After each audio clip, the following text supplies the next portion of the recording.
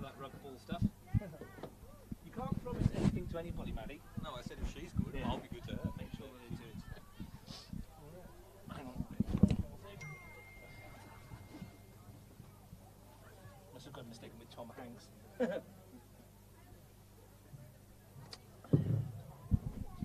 All right, ready when you are.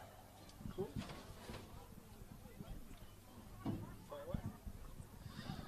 Welcome to O'Connor Enclosed and round 2 of the Women's National Premier League. It's Canberra Olympic versus the CU Academy on a gloriously sunny Sunday afternoon here in the nation's capital. I'm Russ Gibbs, your commentator for this one this afternoon. Joining me in the commentary box for his Bar TV debut is former Canberra United Academy reserve coach Matt Moore. Welcome, Matt. Looking forward to this one. Thanks, Russ. Thanks for the warm welcome. Yeah, very much so. I think it'll be a great day, exciting day. 2 very different squads from 12 months ago, but it's a great opportunity to play some quality football. Yeah, these 2 teams last year, for what that's worth, Canberra Olympic finished 4th on the ladder. The Academy were right up there as well in 2nd place. And as you mentioned, though, vastly different teams. The most of the players that got Canberra Academy to the preliminary final and the Federation Cup final have moved on, including their major goal scorers, Aoife Colville with 45 last year, Laura Hughes with 18, Carly Rosebacken with 13. It's the nature of the beast at this level with the Academy. Absolutely. It's one of the challenges that an academy like this has every year. You bring players up, you skill them up, and occasionally as they graduate, they move on to bigger and better things, hopefully from there. But it just presents another opportunity for the girls underneath to come through and show their wares. Well, we'll look at their team in just a moment. Let's start with the home side, though, Canberra Olympic. Under new coach Andrew Woodman, they've gone with a 4-3-3 for today. Madeline San Francisco is in goal. Olivia Catherall, Emily Spiteri, Emily Dillon and Victoria Jamison across the back 4. Chiara Gaspari, Laura Berry and Eleanor Jones in midfield. Their front 3 of Lily Dawson, Natina Skinner and Emma Finch. Yeah, an interesting lineup looking there, and you look at, for me, players like Gaspari who can play a real role, and I'm really looking to see what San Francisco can do in goals there. Seeing her earlier today, she looks like she's got quite a presence about her, and it'll be interesting to see how she goes. They managed to get Mad San Francisco back from injury, from retirement. It's a big call, though. You need a good goalkeeper at this level, and she's proven. Absolutely. I mean, everybody turns around and nobody wants to be the keeper, but if you can find a good one, it makes all the difference in the world. And as they say, strikers win your games and defence win your championships. CU Academy, for their part, will go with a 4-2-1-3, it would seem, according to what we've got on paper, but it'll be very fluid, as I'm sure it always is with the Academy. Izzy Davey in goal. Back for Steffi Legins, Demi Nikias, Annie Grove and Emily Jensen. Molly Lawless and Meg Roden just in front of the back 4. Mia McGovern given the licence to roam in the number 10 role. The front 3 of Isabel Mulhall, Sasha Grove and Hayley Taylor-Young. Yeah, an exciting lineup there. I mean, you look at Mia McGovern, who's been given the free role, and she's certainly somebody who has the potential to take the game by the scruff of the neck and control, and as always with Hayley Taylor-Young out wide with her pace and ability to get in behind, probably being constant threat today, and something that Olympic will have to watch very closely. She set up the goal last week in the 2-1 defeat at Woden Valley, an own goal against Woden Western, I should say. Used to be Woden Valley, of course. Surprising start to the season for the Academy. They played quite well in that game, but went down 2-1 to a very strong Woden Western side that we thought. And then yesterday, of course, we saw Woden Western get towelled up by Canberra FC at Melrose, 7-0, 6 goals for Rachel Goldstein on that occasion. Yeah, it's a fun day out when you can walk away with 6. I never did it myself. I was lucky to get 6 in a year. But you look at the Academy's performance last week, and I think you can say there was a little bit of nerves, and that turnover of players as well. As you mentioned earlier, Carly Roseback and Laura Hughes, some of the experienced campaigners who possibly could have settled things during that game, weren't around, and there was a little bit of panic and a bit of rush towards the end of the game, and hopefully the players have learnt from that, and we'll build on it from there today. The CU Academy side, we mentioned 2 14-year-olds in the middle of the park with Meg Roden and Mia McGovern as well. On the bench, Jenny Hill, another young teenager. They also welcome back Jade Truin, who's coming back from an ACL injury. Be good to see her back if she gets on the field in the second half. Yeah, that'll be a big achievement for Jade, and having been around the squad last year and seeing the work that she's done for her recovery, it'll be something that'll be very exciting. And she's someone who can provide that leadership and a bit of control in the centre of defence if she gets the opportunity today. As we mentioned last season, both these sides were there or thereabout at the conclusion and pushing for finals football, pushing Belconnen United and Canberra FC all the way. But it's really hard to say this, isn't it, with such a big turnover from both teams. In Canberra Olympic, of course, missing their big-name players from last year, your Gracefield, Sally Rojans, Meg McLaughlin, who scored so many goals for them, 25. Grace Marr obviously got 9 goals as well, was a mainstay in this team as well. They've all moved on, but it's a new generation and a chance for these new players to show what they're worth. Absolutely. As we said before, once there's change, there's opportunity, and it'll be interesting to see how Olympic manage with that. New coaching staff, new players. What's the pattern of play? Of course, they didn't get the opportunity to play last week, unfortunately. So as their first hit out, it'll be a real good opportunity for them to potentially pull a bit of a surprise on CUA and really start to show the competition what they're capable of under this new regime and the new collective of players. Yeah, the match, Canberra Olympics game at the Riverside against Monaro Panthers, was cancelled because of the rain, and Monaro Panthers match with Wagga City today has also been cancelled as well, moved to the 11th of May. There is another game taking place concurrently this afternoon. Down at Canberra, Tuggeranong United are playing Gungahlin United in round 2, and across in the men's competition down at Nijong Oval, Tigers FC take on Tuggeranong United as well. So we'll keep you abreast of those as and when we get those scores coming through. Or, of course, you can flick over and watch those matches without commentary if you'd rather not listen to me and Matt talk about women's football all afternoon. We'd rather you stay with us, though, because this promises to be a very, very good match. Your referee is Lawrence Morris today, assisted by Owen Watson and Fergus White. You may notice that Lawrence Morris is wearing a black armband this afternoon. That's just to commemorate the anniversary of his father's death 1 year ago today.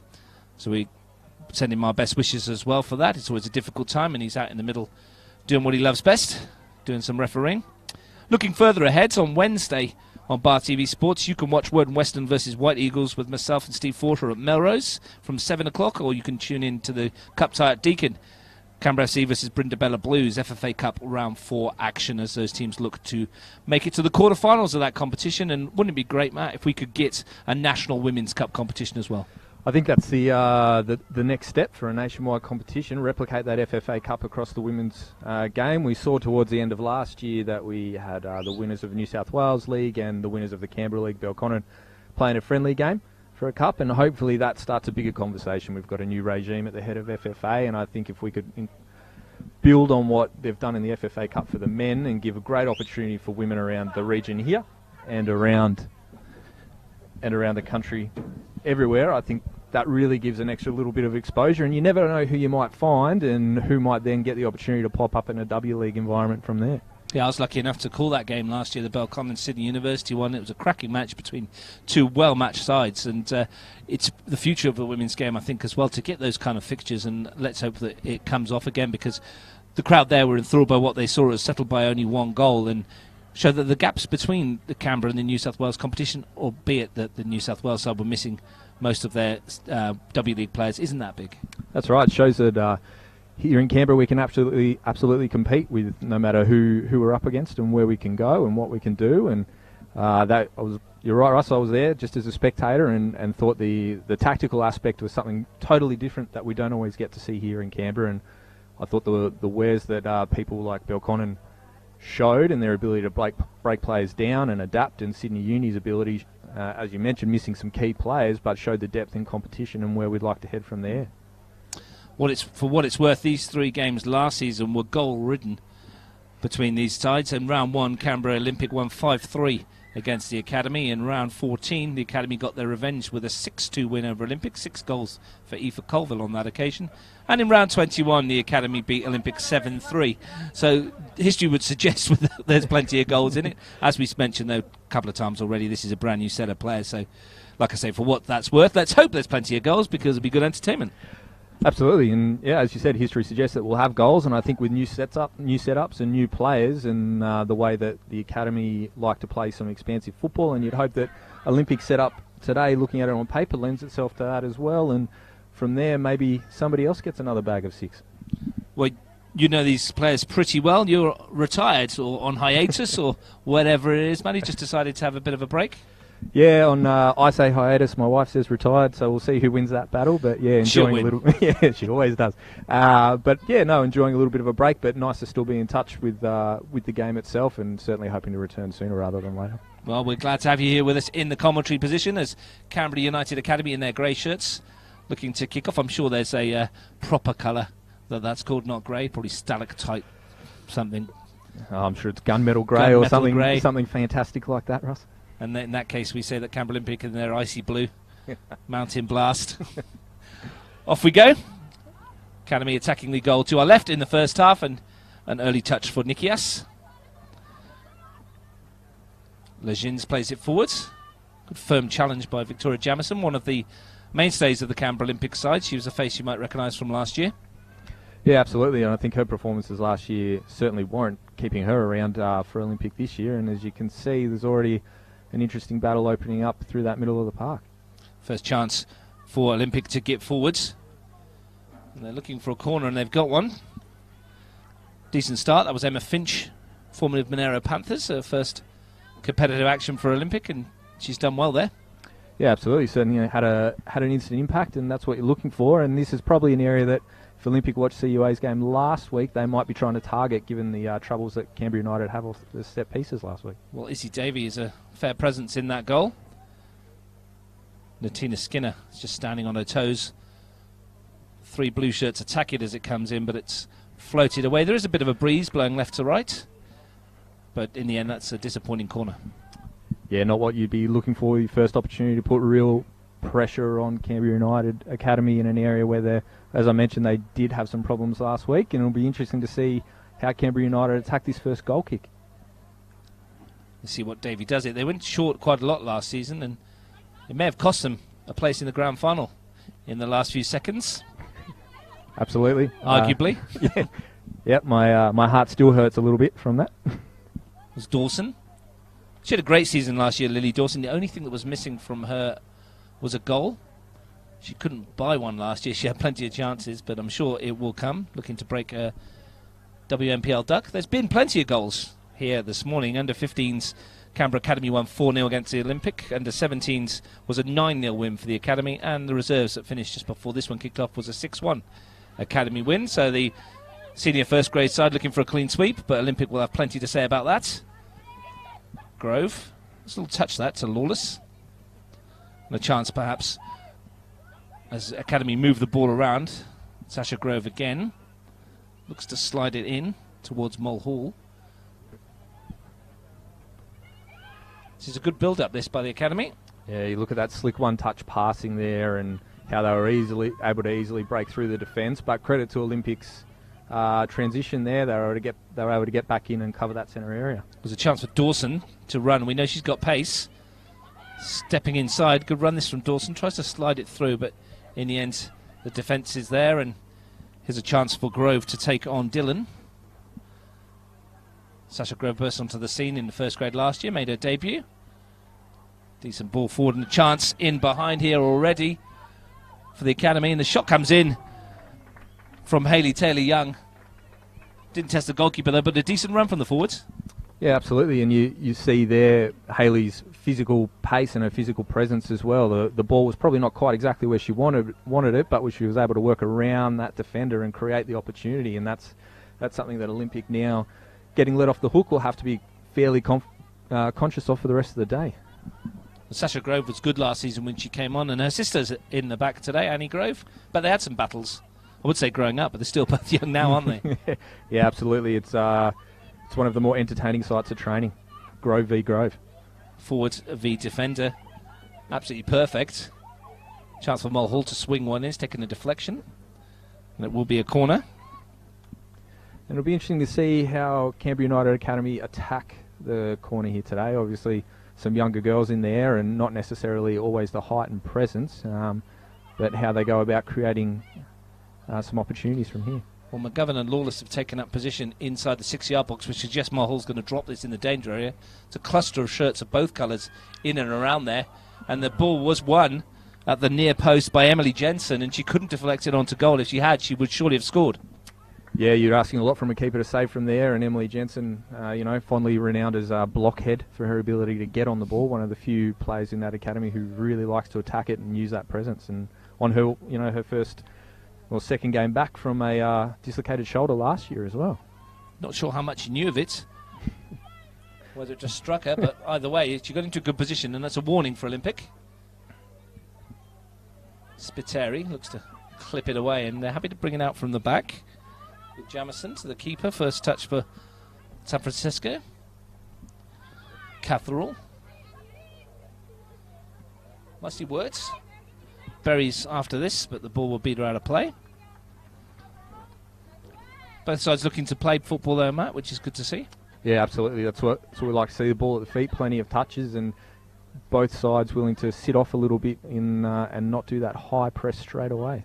Decent throw from Jensen. And a fair bit of distance on it. Here's a chance again for the academy to bring it forward. Roden tried to squeeze it past Dylan, but Dylan was there.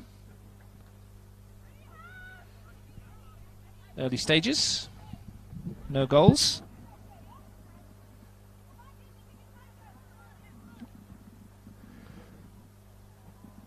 You just see now that you've got Molly Lawless sitting in the middle of the park, almost trying to be that central anchor.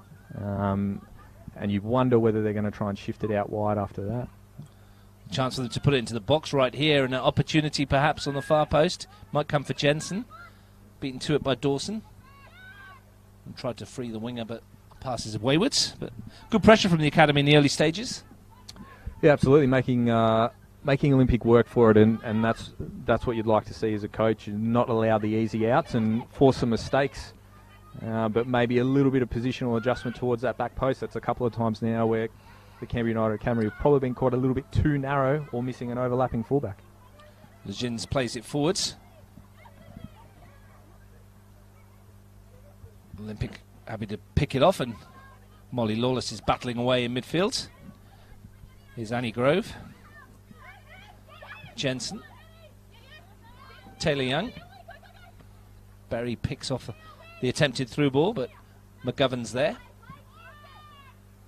Neither side able to get hold of it at the moment for a concerted period. No, and I'd almost like to see Hadley there. She's facing forward. She's facing forward. She's got the defender 1v1 with that pace and skill. Maybe the next opportunity is to take that player on and create something out wide. Dylan with a free kick. Lifts it forward, and it's going to bounce harmlessly all the way through to Davey. Be interesting to see what Olympic do here. Can they keep this pressure on and sustain it? Well, here's a chance for Skinner. Can she get the shot away here? Skinner she can, but it's always rising over the crossbar. But first real sight of goal for the former Canberra FC striker. Yeah, good early strike there. You'd like to see a striker who's got confidence and willing to take the shot on. They won it well in the midfield, and nice little touch around Annie Grove there to create the opportunity, and a little bit of early adrenaline, and hopefully she'll be able to settle and hit the target the next time around. Promising start from both sides. Nikias plays it forward to McGovern. She's going to get it back again. Pass is picked off though by Jones. Or Finch. Opportunity here for Canberra Olympic. For a moment it looked like Gaspari was going to get in. Big scramble inside the Canberra Academy penalty area, and in the end McGovern can turn it away, and Hayley Taylor-Young was on a bike for a moment, picked off by Spiteri. Really seen a bit of an increase in pace here. The ball's starting to get a little bit longer, and people trying to expose that space in behind some very compact lines. Which McGovern will try and do now. Grove to turn, back to McGovern. Jensen's making the run on the overlap, picks the run of Taylor-Young, who gets a little shove and a free kick and a chance for the academy to work one of their set pieces. Yeah, it's what you set piece opportunities are always interesting to see what you do and what time. You spend a bit of time working on them and how you're going to execute from here. Equally, how did Canberra Olympic defend this? It's in that awkward wide area where if you're a defender you might have to be running towards your own goal, which is always dangerous. McGovern will look to swing it in dangerously towards that penalty. It's deflected off a defender and scooped up over the crossbar. I think it came off Emily Dillon last. It's fortunate.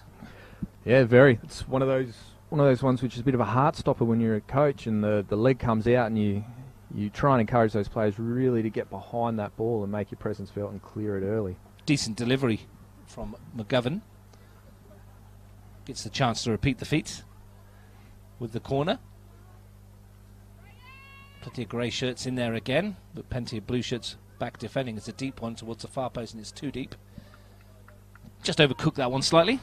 Yeah, it's a couple of corners now. We've seen three, and we've only had one that's kind of really been on the money and created any opportunities. But as we start to see this game develop, Canberra United Academy are really starting to drop their wide players off early, and I'm interested to see now if Canberra Olympic can adjust and really start to put some pressure higher up the park as they play out. Well, neither corners threaten San Francesco in the goal at the moment. She's had a fairly quiet return to Premier League action.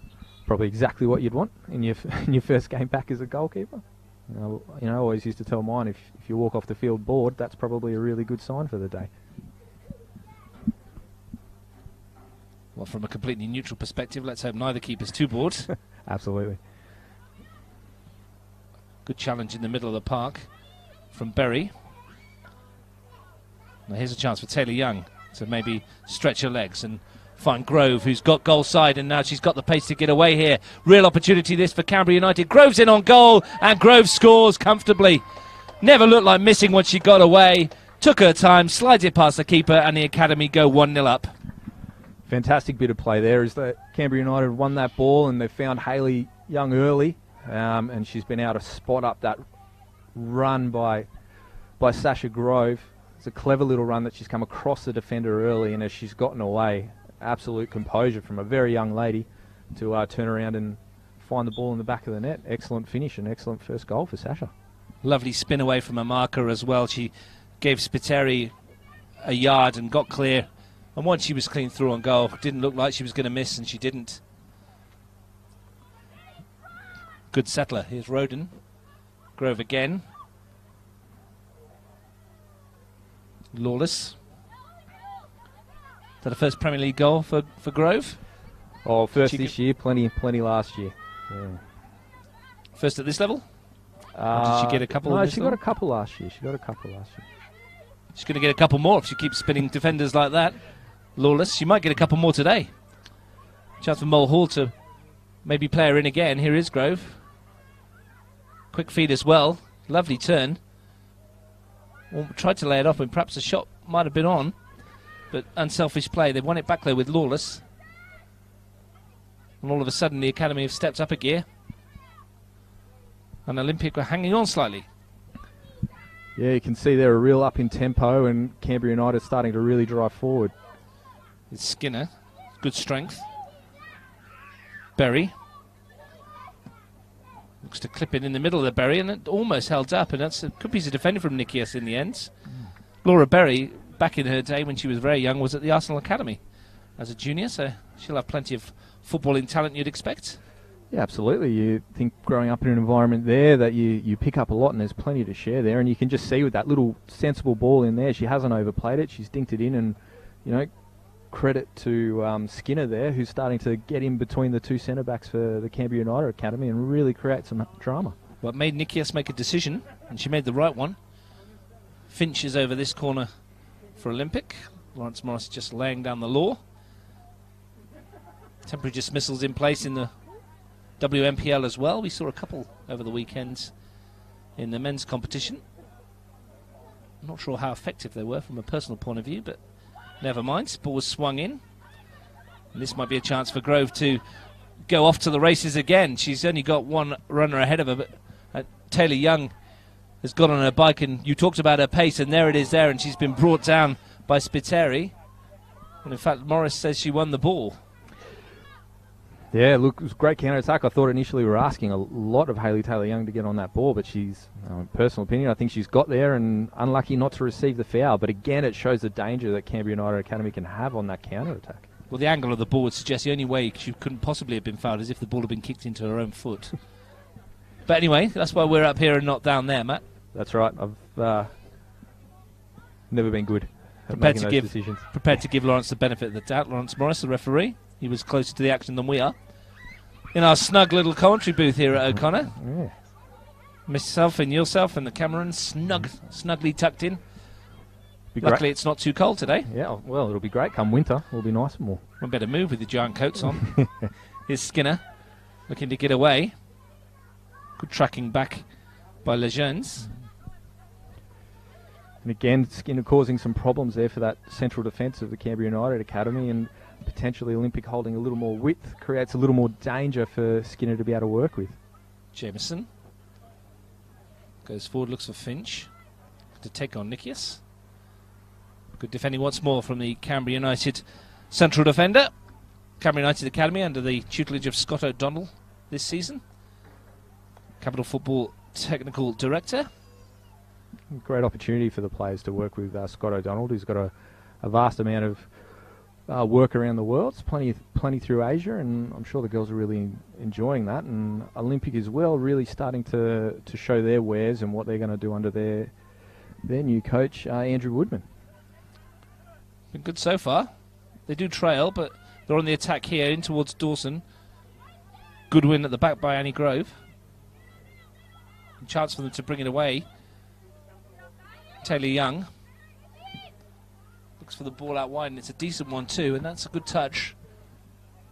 That Mulhall looking to take on and skips away. Here they come again with Grove once more, shooting chance, but she's lashed that one high wide and not very handsome. Another quick interchange of passing and an excellent switch of play there from Hayley Taylor Young, and a brilliant touch from Izzy Mulhall, and started to really open up. You can see as Canberra United start to stretch the Canberra Olympic defence, that those open areas in the wide are really going to come back to hurt Olympic if they continue like this. Dillon wants to send it forward towards Finch. And she repeats the feat, but it should be easy for Annie Grove, and misjudged it slightly, but Jensen helps her out. You'd almost like to see Lily Dawson there gamble a little bit as that ball goes high in the air, hoping for that mistake from Annie Grove, because I think if Lily Dawson gets onto that, she might be able to break that goal-scoring duck you were talking about earlier, Russ.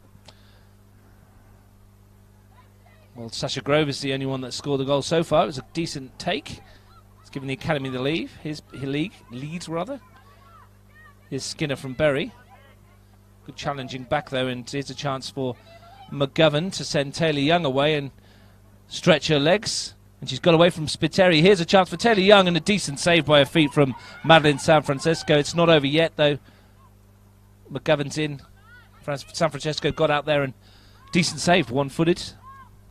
Yeah, absolutely. You got that one-on-one, and we mentioned San Francisco's presence earlier, and that's enough to pull a player wide and make him a little uncomfortable and realise potentially there's not as much room as they think there are. And she threw that leg out brilliantly, and Olympic were able to cover and move away. Finch at the other end, looking to deliver towards Dawson, but Nikias is there. It's evident that the Academy have got the legs on Olympic defensively, and that's a nice turn from Mulhall. So they can't defend too high. No, definitely not. I mean, we've already seen the pace from Taylor Young, Sasha Grove, and Izzy Mulhall starting to get a run on the outside. The question then becomes, can Canberra Olympics stop them through the midfield or in that back line to prevent those early balls going forward? Well, that's short, and Grove might get in here. Out comes the keeper. Grove goes round her. This is surely goal number 2 for Sasha Grove.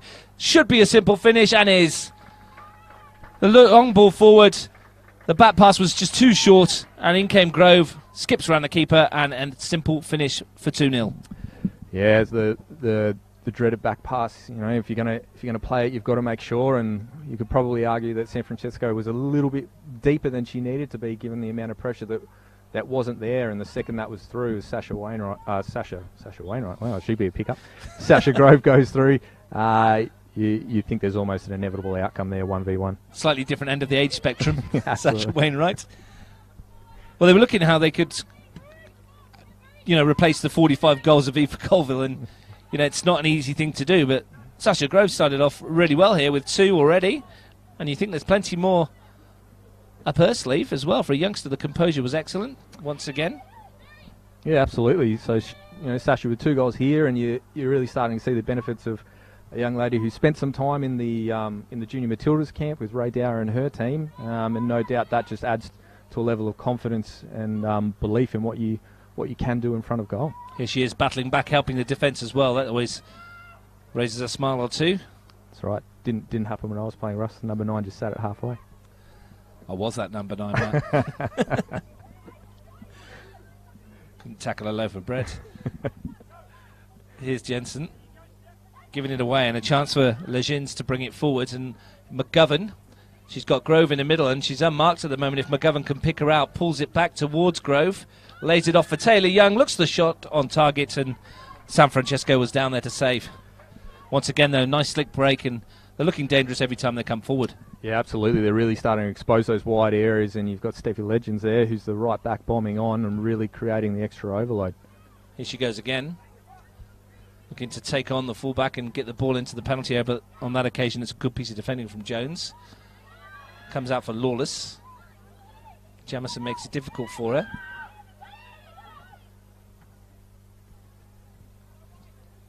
think Still not cleared. I think the Canberra United Academy here have just got to be careful. They've had a lot of success in wide areas, but They're giving this one away, and here's Dawson. Chance for her to stretch her legs, but Annie Grove comes across, read it well, and defends superbly, the central defender, and not only that, gets involved as an attacking force. Going to get a third chance, a bit fortunate perhaps, but still going. Looks to find her sister through the middle. Grove back to McGovern. Good strength from Mia McGovern. No foul, and she tries one from distance. Good ambition from Mia McGovern. Didn't quite catch it as well as she'd have liked, though. no, not quite, but certainly not beyond her reach. And the academy here just need to be a little bit careful as they push into the wide areas that they don't keep working the same side. There was an opportunity previously with Meg Roden where she probably could have changed that point, and it's been their success early on as they've changed the point, and we think back to Hayley Taylor-Young's ball to Izzy Mulhall, that has really stretched the Olympic defence. It's come off Dawson last. It'll be an academy throw. Jensen's already shown us she's got a pretty long throw on her. That one's come off the leg of Spiteri, and Dylan should tidy up. San Francesco sends that one forward, but only as far as McGovern, who's all over Spiteri. Easy decision for the referee. If you've just tuned in, you're watching live football on Bar TV Sports, Women's National Premier League Round 2, Canberra Olympic 0, the Academy 2, a brace of goals from Sasha Grove has the Academy in front, looking to get their season off with a win after their 2-1 defeat last week. First game of the year for Olympic, and that's Dawson's ball in after the washout. Mentioned earlier, Canberra FC with 4 points from 2 matches, a draw with Belconnen last week and a 7-0 win at Melrose against Woden yesterday. Look in good form. Here's Legends bringing it forwards. Looks to play it into the area and is going to win a corner. This is exactly what Scott O'Donnell would have asked for his team, Matt, after last week's disappointment. Absolutely, you're always looking for the bounce back. It's not what you've done, it's what you do next, really, in the game of football. And from the evidence today, Canberra United Academy have really put in some quality work on the track this week, and it's starting to show. It's a chance for them again from this set piece. Delivery towards the near post again. It's a cluster of bodies and no one's got a touch on it, and Berry's going to send it away. And Skinner's turned her marker here. Has she got the pace to get away here, Nat Skinner? Chasing back is Nikias, but Skinner's got away. Can she finish with a strike? Always fading away from goal, but nice move for Canberra Olympic and gets a warm applause from the crowd. Yeah, absolutely. We've said earlier that Skinner's been that main threat, and that early ball through to the 1v1 there, and Skinner will be disappointed that she wasn't able to put that one on target, but if you keep giving Skinner opportunities like that, no doubt your 2-0 turns into 2-1 very, very shortly. That's what Laura Berry brings to this team in the middle of the park, that range of passing. Here's McGovern looking to emulate the feet with the through ball towards Grove. We've already seen her score twice. Still going. Grove got runners either side of her. Picks up Mulhall. First touch wasn't her best. Still has a chance to load it into the box and goes down. Easy decision. Free kick. Absolutely. Izzy Mulhall will be disappointed with that first touch, as you mentioned, but the recovery and then to win the free kick from there. But again, some slick passing through the middle. I'm going to make excuses, but the pitch has a fairly long covering of grass on it, doesn't it, today? Yeah. It's quite thick. It's looking good, though. Nice to see plenty of grass on a field at this time of year.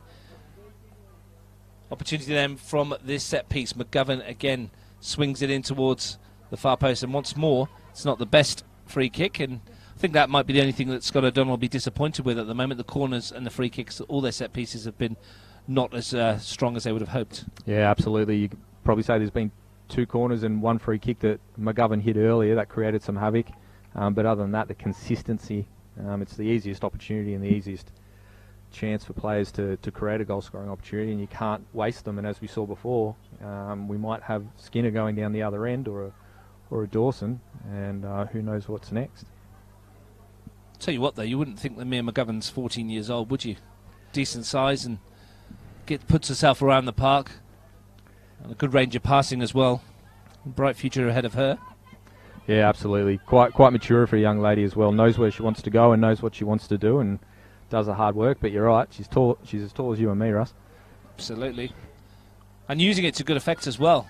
putting her body around and making a nuisance of herself in that little free roll. Absolutely, not afraid to do the physical work as well, and that's key. You know, you can have all the skill in the world, but if you can't pick and choose your moments to use your physical presence, that becomes hard.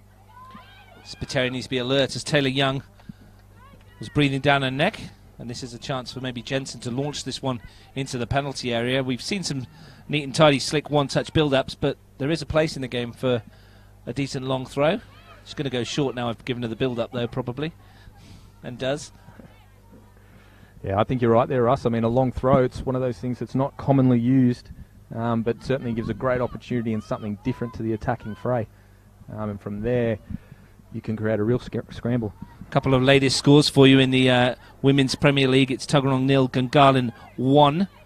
In the Men's Premier League, there's no goals down at Nijong. Tigers 0, Tuggeranong 0. In NPL 2, NU 0, White Eagles 1. That's their grand final rematch from last year. And White Eagles have the advantage. They were hammered in that last year, 6-1. So they'll be happy and looking towards their FFA Cup match on Wednesday with Woden Western. They're 1-0 up against ANU, who knocked out the Riverina Rhinos from MPL 1 last week. Yep. Bit of a surprise. Yeah, look, always, and that's the beauty of something like the FFA Cup, isn't it? Like, you players who don't always get the opportunity to play against people at the top level. We're just seeing a substitution just out of your picture here. Mia McGovern, must be something wrong, because we were just talking her up. She's got a bit of strapping around that left thigh, hasn't she?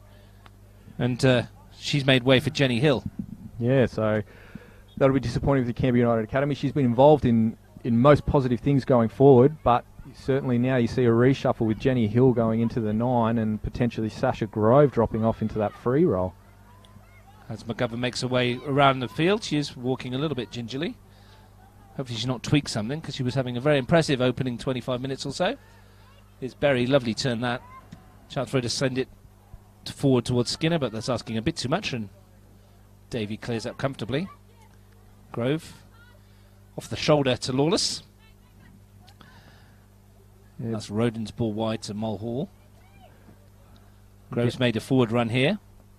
First involvement for Hill. Leaves it for Roden. Mulhall again. Promising build-up once more. Just as I say that, though, it's turned over. And Olympic, though, it's noticeable that when they do get in midfield, they're crowded out very quickly, Matt. Yeah, absolutely. The pressure that's coming through that midfield 3 from the Canberra United Academy is really forcing itself, and somebody like Eleanor Jones. Well, there's a chance here and goes down in the air. There's a little clip on the ankle, but I think it was accidental. Yeah, crossing of the paths there more than anything malicious, but an Eleanor Jones for Canberra Olympic for that. Start to get her on the ball a little bit more. She's finding some really good pockets in the middle. Chance for Mulhall maybe to load this into the box. Hill's there. Didn't get enough on it. But first touch for her in a attacking sense, and her movement was good. Yeah, absolutely. Jenny, another one of the younger players coming through the academy, and, you know, lightning quick, technically very, very good, and, a member of the family from her sister Sandra, one of the old graduates from Canberra United Academy, now applying a trade in college in the US. Talent in that family. Here she is, Hill, looking for Grove. 50-50 with her and Spiteri, and it's a good challenge from the defender, but Grove's still there and battling away and almost forced it through. Hasn't given it up, and it's been a very impressive opening half for Sasha Grove, not least because her 2 goals are what separate the side. No, that's right. The goals are one thing, but it's the work off the ball or in those 50-50 transition moments that can really make the difference between a good outcome and a negative outcome. And Sasha now in a different role. Will be interesting to see how she adapts into what is essentially that old number 10 role, and how she can still potentially influence the game going forward. We've seen already that she's not shy to get back and make a tackle and get involved, so it may suit her as well. Yeah, might be a residual effect of those backyard battles with her sister Annie. Absolutely ideal to have a sister that wants to play in defence. It's like having a brother or sister that wants to be a goalkeeper. Absolutely, it makes a world of difference, doesn't it? And, absolutely. Certainly gives everybody a chance to work on their array of skills, and so far they've both shown themselves to be quite accomplished so far today. Here is Annie Grove, rather, I should say. Jensen. And Hill tries to play that forward. You've done quite well there, Matt, because usually when you're in the commentary box, you talk someone up, and then within 10 seconds they'll make an error that's costly, or they'll give a ball away. Well, my time will come, I'm sure, Russ. Absolutely. You know you've made it when you've done that. Here's Lawless in the centre of the park. Finds Grove. Jensen. And again, Canberra United here just starting to work their way through, but a bit of an execution error there in the passing, but they've really struggled to break Canberra Olympic down once it's been set. They've had a lot of success through transition, but now the question will be, can they show a bit more patience on the ball?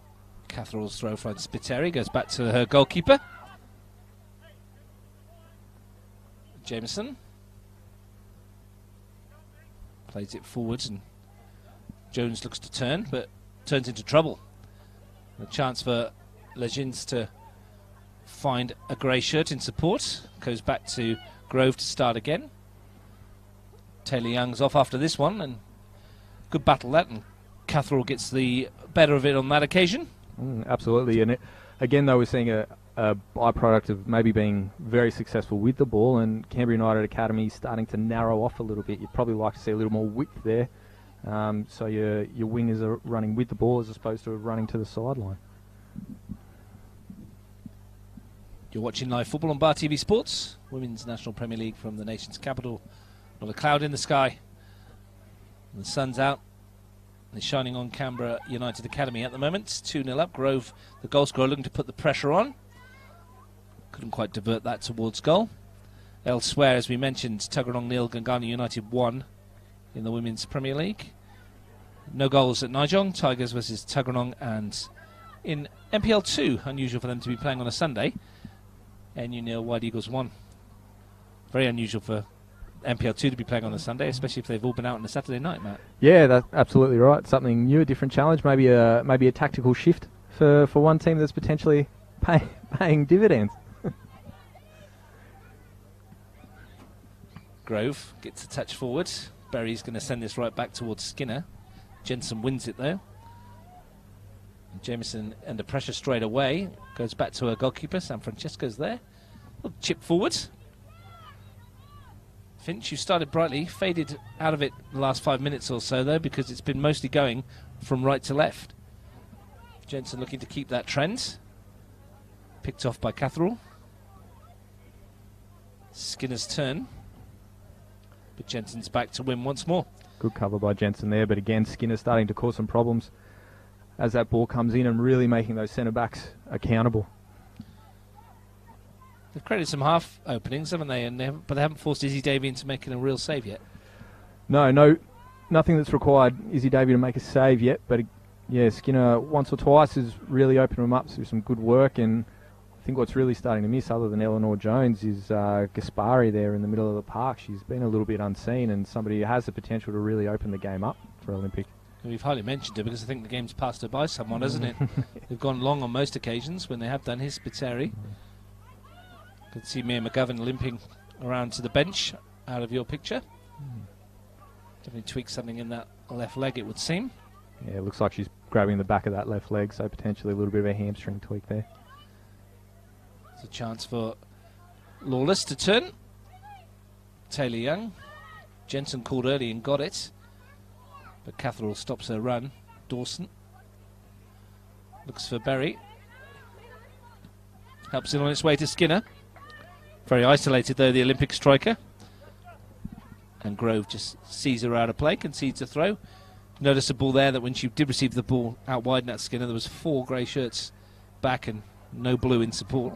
Yeah, it makes it a real challenge for that number 9 playing in isolation. And if you get into a situation where that 9 is isolated, and potentially that's part of the game plan, is to set and cover well defensively from your rest defence point of view, but the numbers need to be there quicker to support that number 9, otherwise you're fighting an uphill battle.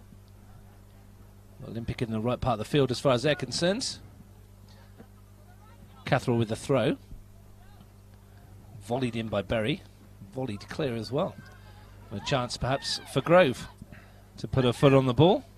Dawson tracking back. Lovely feet from Grove as well. And Roden's ball wide finds Mulhall. Hill, Mulhall back again. Groves in the middle, wanting the cutback. Mulhall decides to go on her own, and wasn't a bad shot in the end, but it's always floating over the crossbar. Yeah, absolutely, on that non-preferred side. But again, Canberra United Academy, Sasha Grove there, bringing it through the line, and it was an excellent little pass inside there. She could have easily played Hayley Taylor-Young, who was the first option, but skipped that inside to the midfield, who then were able to go out wide, and that's what we're talking about, that big change at a point that's caused Olympic dramas all day. Gone short with the goal kick again and caused themselves one or two issues with that. Worked it out nicely in the end. Dawson, though, her control lets her down. And Jensen goes early. Looks for Hill. Smashed clear by Eleanor Jones. Somehow stayed in play. Taylor-Young battling, getting away. And then denied and wins her team a corner.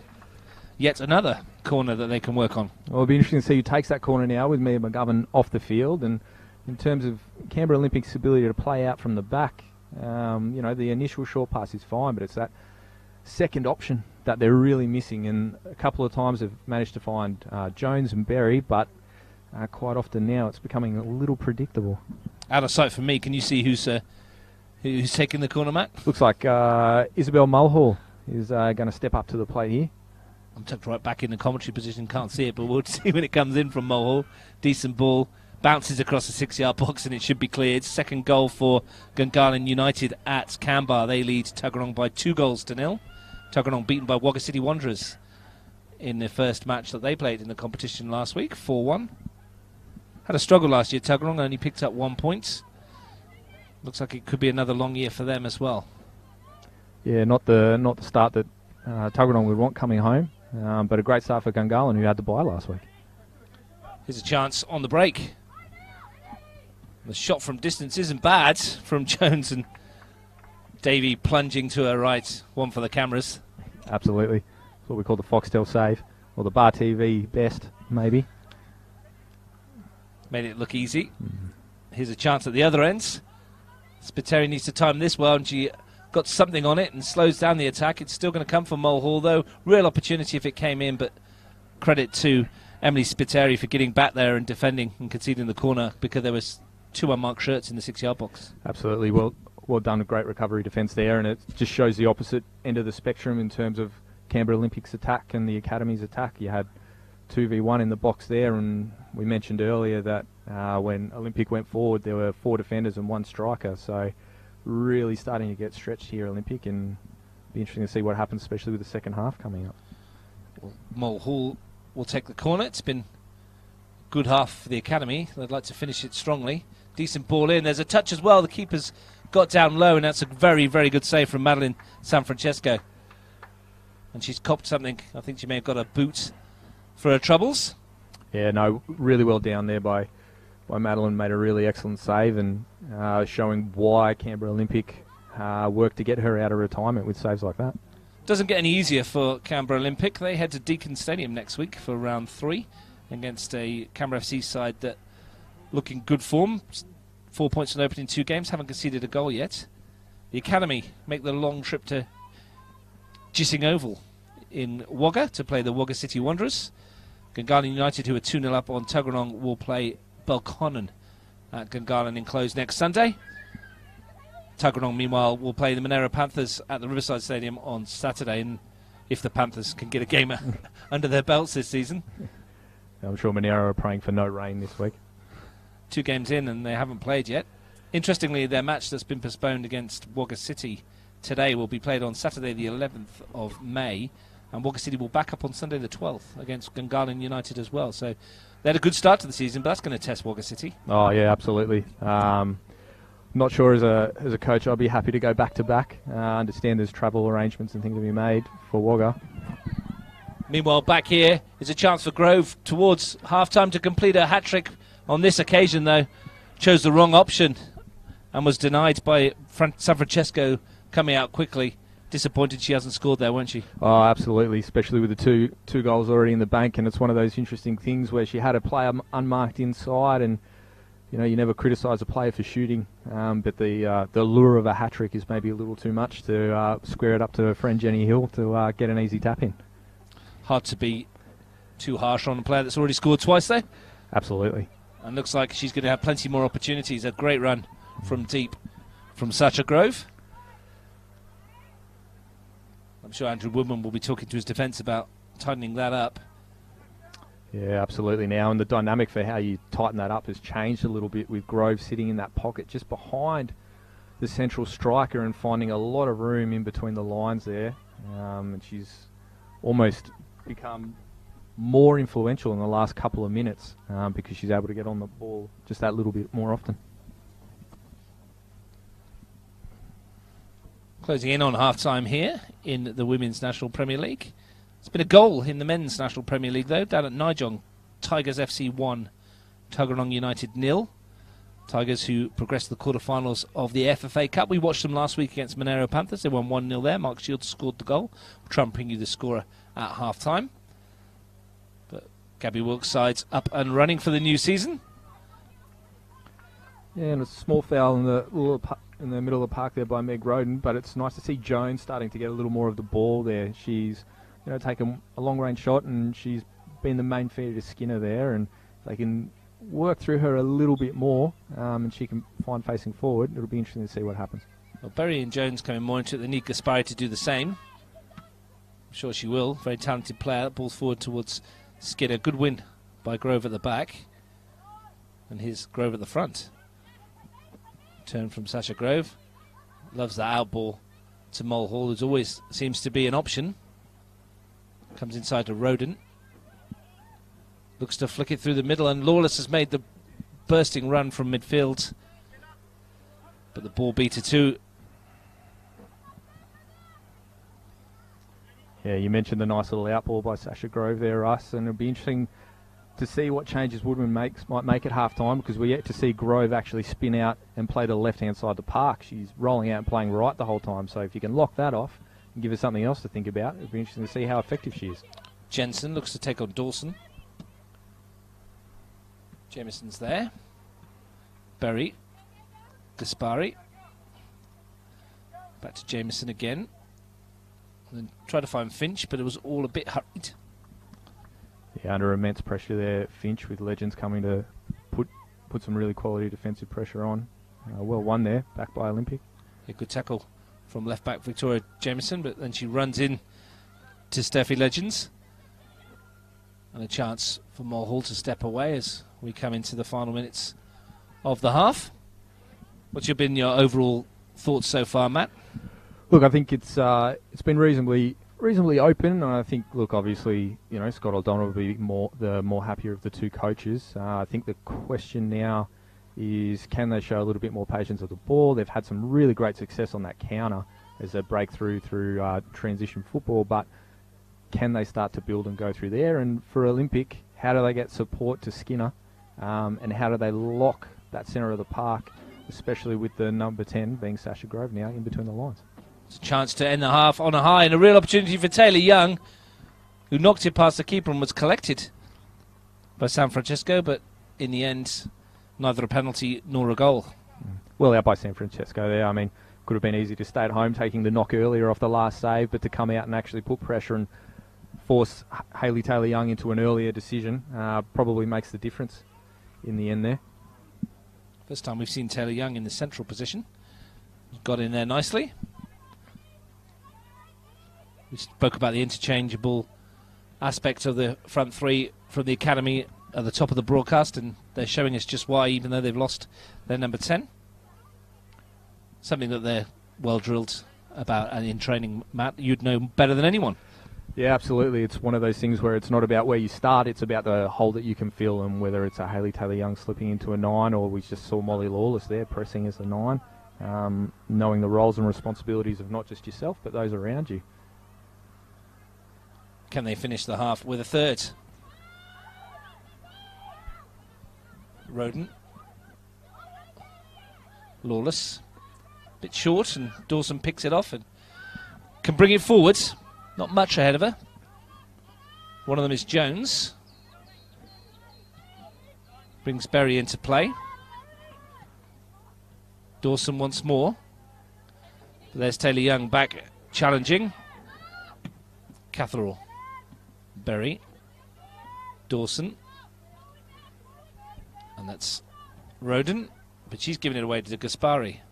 A chance for Jones to put Skinner in behind here, and Grove does well to hold her off. For a moment it looks as though Skinner was going to be in on goal again. Again, that Jones and Skinner combination causing a little bit of problems there. And that's well played, and here's Taylor Young looking to send Hill away. And a chase on between Hill and Dillon. Dillon wins. And then just stumbles slightly as she attempts to clear it. Yeah, a little bit physically outmatched there, maybe Jenny Hill, but it's nice to see Canberra Olympic break there, and Lily Dawson making a smart decision too with the inside ball. As referee Lawrence Morris ends the first 45 minutes. A couple of goals from Sasha Grove is the difference between the Academy and Olympic, and you'd have to say on the balance of play that's more than deserved, Matt, and they probably could have had a couple more. Yeah, absolutely. I think Canberra United Academy have certainly been the ones in control of the game so far, and yep, you're absolutely right.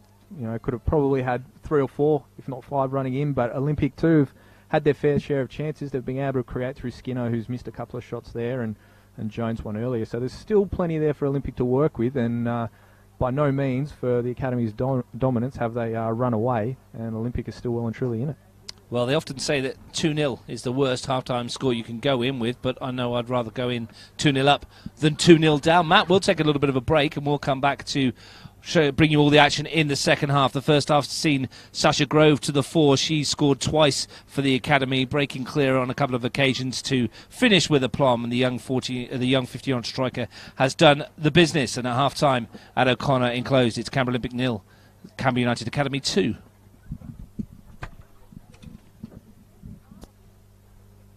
Thank you very much, sir. I'm trying to get my words out. It's almost like I've lost an hour. An extra hour's sleep and I'm half asleep in. I was saying to Bernice this morning, did a bunch of things and turned around, and I was like, I'm always complaining. Like, it's only 8:30 in the morning. I feel like I've done everything. I'm always asking for an extra hour of my day, and now I don't actually want it. Look, I woke up this morning, it was like 6:45, and I'm like, my little one's going, Daddy, you go watch TV? And I'm like, yeah, if you want. I woke up to my dog asking to go outside at 4:30 in the morning. Like, awesome. Awesome.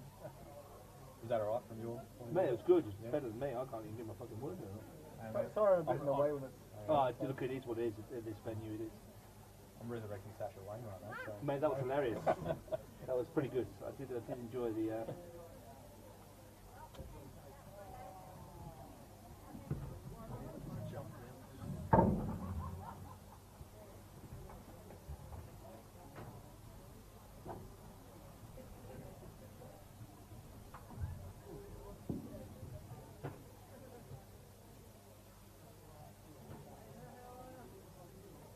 It's cooled down a bit now.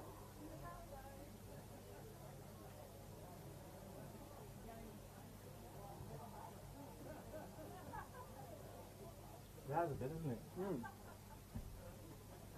That shadow's come over, which is a lot nicer than it was an hour ago.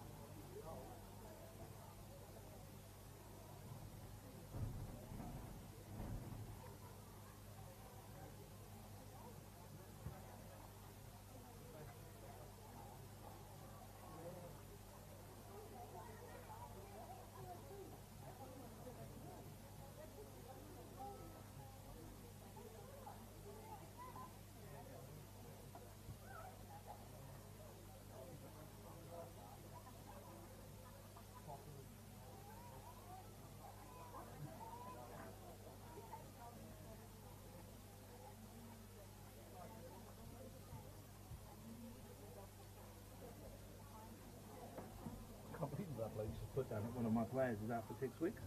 That's not fucking right. So do you do much commentating? Yeah, I do. I've done loads of MPL stuff. Okay. I've done stuff for Fox.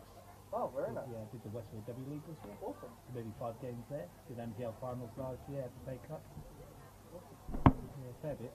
So this is my only second week on the filming Yeah. job. I mean, I'm technically not even meant to be working by myself. It's just it's been a whole mess about people calling in sick and changing You're doing things. fine, mate. I've worked around you before. It's people in here before. It's not the best setup. It's nice height and it's nice to be close to the action, but it needs to be a bit wider. Yeah. You could be a bit wider. It's better than the AIE one that I got on Wednesday. It's this really rickety metal. The AIS. AI. Yeah, AIS. Not Was AIS. it the Garland United one? Was it the metal one on the roof? Yeah. I did the game there last year. Oh yeah, absolutely. So cold, it was metal and I was like... And the metal grates like that big, so you can't actually put the tripod down. Drop shit down there. Yeah. Like, when you put like a piece of cardboard Exactly. underneath the tripod. Yep. But I was up there last year. It would have been a Saturday night, I think. It was so cold, and of course it's metal everywhere. Yeah. I was lucky enough that my first training job was at the Vikings. I was talking on Vikings. They have this really awesome little booth at the top of their grandstand. So I worked with the Brumbies. Oh yeah. My day job was a media manager at the Brumbies. So yeah, I've worked with the Vikings, the Canberra Vikings, and we do all the match programs and stuff for the club rugby as well. So yeah, they're at the top. In fact, a couple of years ago, before they put the wraparound up there, it was terrible. Oh yeah. The wind was howled through, but that wraparound was good. The wraparound was amazing because last weekend on the Saturday, it was the weather was so weird. It was freezing and so windy, and then it pissed down for like Did you film a the game minute. last week? Yeah, I was filming the Eagles versus. Yeah, my mate was Ryan, who was commentating. Yeah. He's my offsider at work, so he works for me. He's a great commentator. Ryan's really good. We've been trying to talk him up because I did a bit of I used to do rugby years ago, but I've moved into football. Okay. So I'm more of a football commentator than rugby. So when we were talking about it, I said, well, you do it, Ryan, because you're really good. You get the passion in the right places. So we've been talking in the week, actually. Funny enough, he uses a similar kind of. I showed him this setup. Yeah. So he uses a similar kind of setup now. So we're just trying to get him to.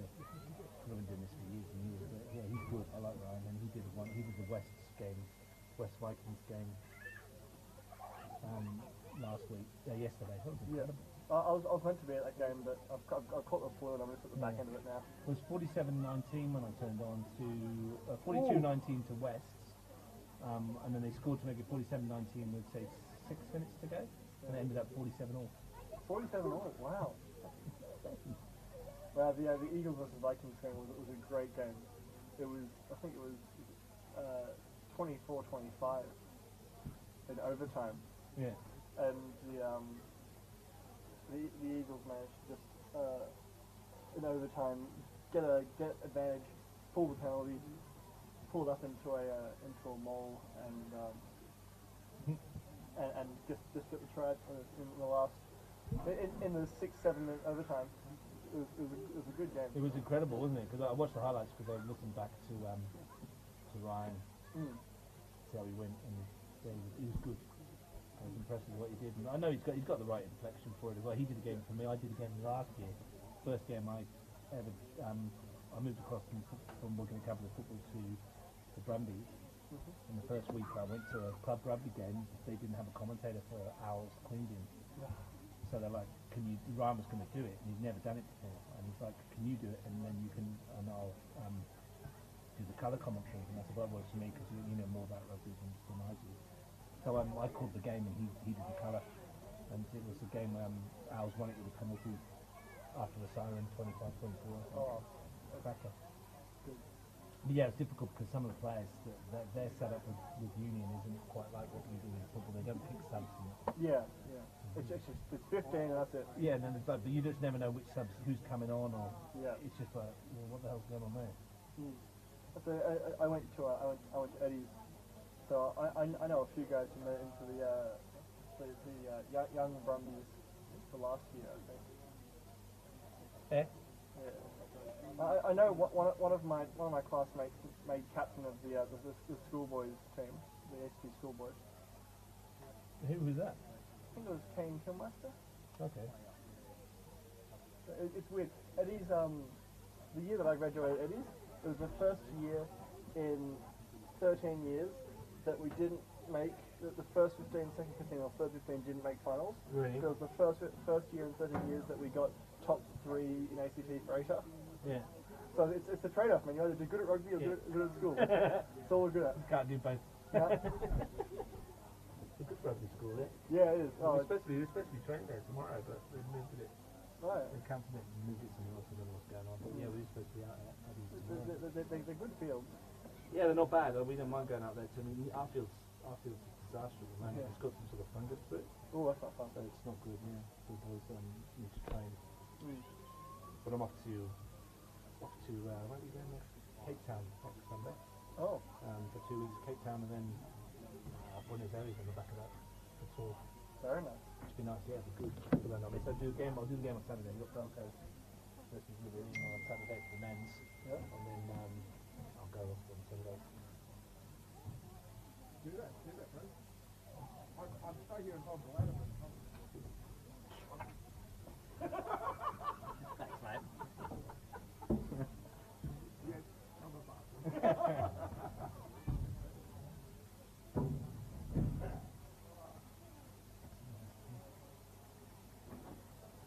Note to this stage. I can go on Twitter. Dear Nick, maybe ring up and ask before making shit up, because it's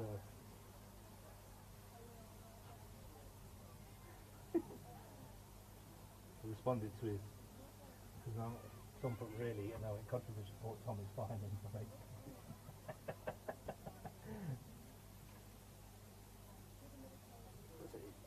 putting stuff out like that on Twitter, it really causes us issues. They might get some calls about it.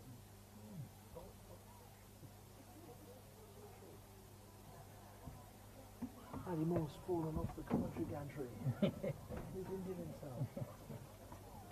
I'll try and remember some of the players' names and stuff. I don't know if I can remember anything.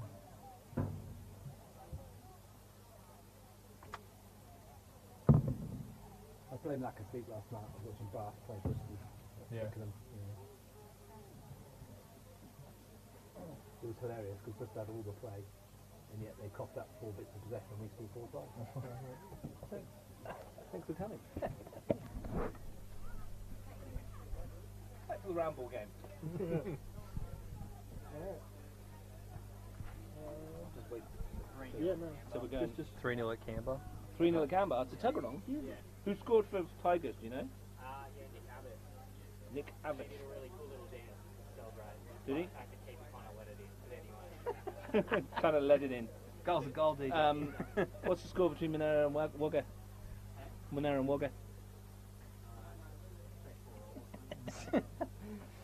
We'll go San Francesco. San Francesco. You reckon it's San Francesco? I Yeah. think it must be.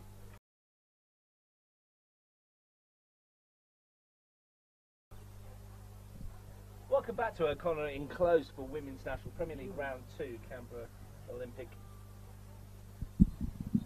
Welcome back to O'Connor Enclosed for Round 2 Women's Premier League. It's Canberra Olympic versus the Canberra United Academy at half-time.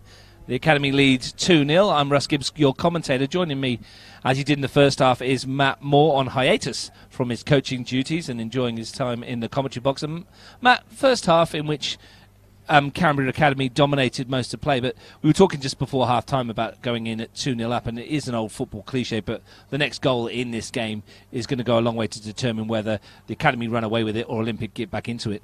Yeah, absolutely, Russ. I mean, as you said, the Canberra United Academy had the run of the play mainly in the first half, but Olympic did create a few problems and did create some chances. And for a young group like Canberra United Academy, if you can get one to get it back to 2-1, given what had happened last week again in their opening round where they lost 2-1, does that start to create a little bit of doubt in their minds? One of their key players, Mia McGovern, as we know, has gone off injured, and do you start to lose a little bit of leadership and a little bit of control as you start to get under pressure? Well, we will see. Canberra Olympic will start the second half, it looks like, with the same 11 that ended the first, with San Francesco in goal, Catherall, Spiteri, Dillon and Jameson at the back, Gaspari, Berry and Jones in midfield, Dawson, Skinner and Finch up front. Academy made the one change in the first half, so their second half lineup will begin with Davey in goal, Legins, Nikias, Grove and Jensen, Lawless, Roden and Sasha Grove, and then Mulhall, Hill and Taylor Young. Unless there's some other changes out there. Looking at the benches, we've got Avian Crimmins, Georgina Woodward, Emma Guo and Cindy Chalker as Olympics options, and for the academy, Jade Truen, Bianca Kington and Caitlin Skillicorn might join us in the second half at some stage. Emma Guo is the one that I'll be interested to see today if she can get a chance. She's one of the players that's come back from last year and created problems, and looks like she's about to take the kickoff. That's her. She's just snuck on there and come out of the huddle of Olympic players. So she's going to get her opportunity. Skinner's come out to this near side. We'll see who's gone off as the second half gets underway. Finch is still there as well, so we'll try and pick out who's gone off from the Olympic side in just a moment. Says the academy start the half on the front foot. It looks like Lily Dawson shifted into the right back row there for Canberra Olympic, possibly to try and counteract that pace that Hayley Taylor-Young had in the first half that caused them so many problems. We'll figure it out sooner rather than later, I would imagine. Here is Guo. Grove is there to challenge. I think it might be Catherall that's gone. The number 4 from fullback. You can see now the academy slowing the play down. Now at 2-0 up, looking for that build-up opportunity, and it'll be interesting to see now whether Olympic at 2-0 down start to press a little bit higher, or they continue to try and just sweat on some execution mistakes. Legends on this near side. Lawless goes short, wants it back. It's going to get it as well. Chance for Lawless to go forward. Hill, this is a good build-up. Back to Hill again. Lovely move by the academy. If they can finish this off, this would be brilliant. Taylor-Young, outstanding. From one end to the other, slick one-touch passing, and Taylor-Young finishes it off. That is a quality goal. It's almost a mirror image of that first half there. Brilliant ball down the side. Molly Lawless winning it, and Isabel Davies finding the balls down the line. Interaction between Sasha Grove, early runs from Jenny Hill. Clever little ball to Taylor-Young, and an easy finish, which will be a bit of a relief for her because she did spurn a few chances early in that first half. Beautiful football though, Matt. Great skill from one end to the other. Just everyone comfortable on the ball, knocking it around, and you get some spectacular goals. We saw one last night from Martin Deng in the men's competition, and those ones are equally spectacular, even though the finishes are fairly straightforward in the end, but the build-up was just something to behold. Absolutely, and as a coach there, you know, as much as you enjoyed the spectacular, it's those short passing build-ups and the ability to dissect a defence that really makes a difference and starts to show that what you're doing on the paddock out in training really starts to come to the fore. And at 3-0, you start to wonder where does Olympic go from here? 3-0 here and 3-0 at Canberra as well. Tuggeranong United 0, Gungani United 3 in Women's National Premier League Round 2. So we're looking like 2 away wins there. In the men's competition at Nijong, a goal from Nicholas Abbott has Tigers leading Tuggeranong by 1-0 as well. So good afternoon for the Tigers so far, and it's good afternoon to be an away team in the Women's Premier League this weekend because Canberra FC went 7-0 away as well. Not great for the home sides. Make it worse, Mulhall. Grove, good touch from Grove, gets a shot away as well, but that's easy for San Francesco in the end. But once again, a little bit too easily for the academy, and they certainly found their stride. Yeah, absolutely. Again, that left to right play, so that change of points really causing an issue. And Sasha Grove there bombing on from that number 10 role and that first initial touch, really setting it up, and good pressure again from Hayley Taylor-Young. Just no time for Canberra Olympic on this ball right now. Not being given any options.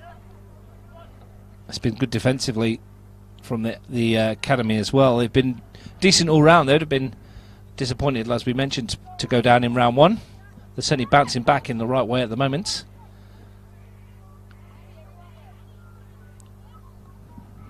Olympic looking to get on the front foot. Early stages, of course, in the Women's Premier League, and we've seen the Balcony United and Canberra FC look really strong, Matt.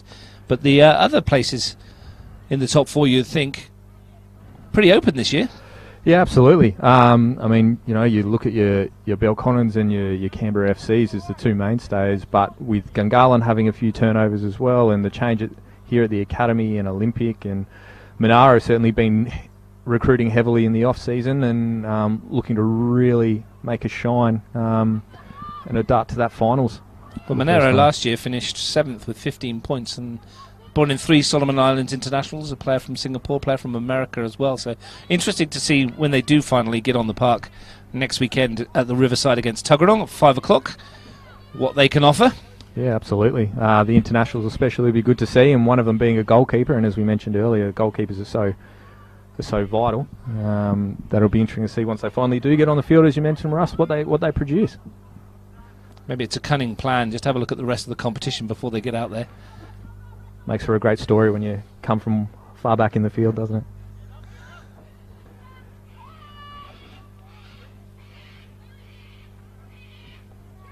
Chance in the middle of the park for Jones to bring it forward now. Berry got a runner ahead of her as Skinner couldn't force it through, and Legion's been there. She's been good today. Steffi Legion's been very impressed with her at fullback. Yeah, absolutely. She's won her 1v1 battles very, very well there. Lily Dawson in the first half and sliding in and pinching that ball off Skinner, but I think that'll be the adjustment for Skinner in the second half. Can she keep a bit of width to potentially create space between the centre back and the wide defender? And well, here's Hill. Chance to slide it in towards Taylor Young. Tried to get a shot away, and Dawson go back there to challenge. It's not away yet, and Hill fires it goalwards. Didn't get enough on it. On the third chance for the Gins to deliver. And this time it's just prodded away. But it's coming straight back again. Nikias. Legins uses Mulhall, the flag's up, and Izzy Mulhall will be disappointed looking along the line to be called offside there. yeah, absolutely. And that little passage there is probably a really good indication of how that game's gone. Olympic under a lot of pressure and not quite really being able to clear their lines, and when they do, it's coming straight back in. You know, ball arrives at Nikias' feet, and she's finding a nice, calm, collected ball back in to create some havoc. Mulhall will be disappointed with the offside, and you start to lose a bit of momentum. Well, they've started the second half like they finished the first. We're 7 minutes into the second stanza here, and the goal from Hayley Taylor-Young makes it 3-0. Gaspari holds it up well. Spiteri's ball forward to Skinner. Turns Legin, steps away from Grove and wins a free kick. Nicely done by the striker, who's peeled away to the left in the second half to allow Emma Guo to play up the middle, and the chance perhaps to get her involved if Jameson can send this forward. It's a very open setup here off this free kick. Looks to chip it towards the edge of the penalty area. Grove is there and finds Sasha Grove, and break could be on here. Lawless looks for Taylor-Young. Three others in the attack. Grove arriving to make it 4. Taylor-Young skips past one challenge, tries to force her way past the second, and there's the benefit of an experienced goalkeeper, Madeline San Francisco, out to gather. Well out by San Francisco there. We saw it earlier in the first half where she came out and spoiled Taylor-Young. Interesting movement there from Hayley. I mentioned earlier in the first half that I'd like to see her taking the game on, but now's the time to find that balance. So do we drive ourselves to the goal line? Do we find the ability to beat and cut inside? When we had Jenny Hill start to peel off, it was possibly an option at the top of the box there to create a bit more of an opportunity. Not a surprising substitution this one. Kira Gaspari's gone off. She's not been at her best today. She's not really been able to get involved, has she? This kind of passed her by. Georgina Woodward's come on to replace her. We'll expect to see a lot more of Gaspari throughout the season. Chance for the shot to come in from distance from Jensen, but it's always going wide of the post. Yeah, absolutely. On Gaspari, I think we all as players have had those days where the game just seems to not really play into our hands, and it certainly goes past us and around us and through us and everywhere but to us. And no doubt Gaspari, as the whole of Canberra Olympic, will be better for a round one, well, what is essentially their first hit out for the year, and I'm sure she'll have bigger and better games ahead. Yeah, like I said, we've all been there. Just feels like wherever you go, the ball seems to go in the opposite direction. Chance though for Georgina Woodward in midfield to show us what she's got. Here's Guo, going to force it forward towards Finch. There's too many grey shirts there. Yeah, absolutely. Canberra United Academy a little bit lucky there. Canberra Olympic broke through that initial press, and if that pass from Guo had been had a little more weight on it, they've broken through that press and they're potentially away. Well done by Skinner. Jameson looks to take on Roden. First time she's really got forward in attacking sense. Tried to squeeze it into Guo. She did that well last year from fullback Victoria Jameson, and Lily Dawson on the other side did it as well from fullback, and they're more than capable. Oh, absolutely. And if you can get the ability to overload one side, especially what we would call a weaker side, you load the numbers on one side and attack down the other, you create a world of opportunity for yourself and the rest of your teammates. Lawless finds Sasha Grove. Legins wants it back and gets it. Mulhall's ball is just a little bit too overly hit. Sorry, Roden's pass rather. Frustrated with herself as well. Yeah, you can see the disappointment on her face there, but it's one of those learning experiences for people like Roden, 14, you know, not even 15 yet, still learning and trying to understand the game. And you know, the grass and the weight of the pass is one of those things that starts to come. But again, positive signs. You'd rather overhit a pass than underhit it and create a transition moment going the other way. Jameson with the throw. Easy win for Mulhall. Berry back to Spiteri. Dillon. Woodward. Lawless was on her back there.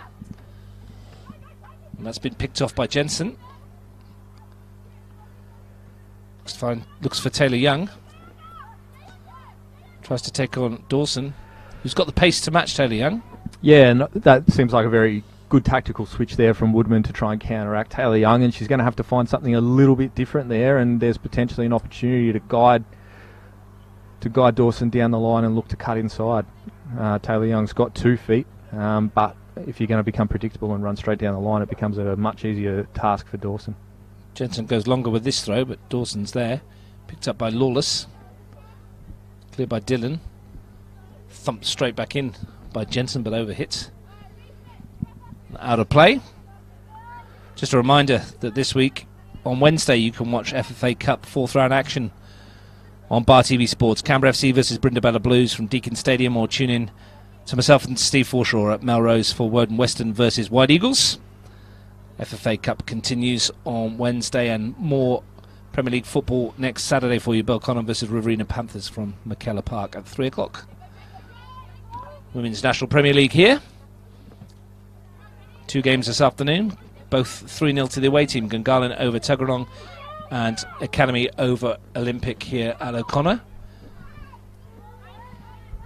Still plenty of time though for either Olympic to find a likely way back into the match, or for Mulhall and Academy to add a 4th. And you just saw there with that last goal kick that there's that little bit of that chink in that armour in the Academy. We spoke earlier about how Olympic almost broke the press, and that time Skinner was able to receive a ball in between and roll out and start to create some difficulties. Roden looks to find Mulhall. Stolen a march on Spiteri here. Looks to get in there into the penalty area, but that's good defending from Spiteri to concede the corner. Wasn't fooled by the step over. Yeah, Spiteri good again there in those 1v1 battles. She's probably saved Olympic on 2 or 3 occasions there where other players may have let them get around. She's not diving in, which is the good thing. She's waiting to see and watching that ball and making life difficult for the Academy. Chance to load the penalty area, and an opportunity to test Madeline Sanfrancesco and her defence once more.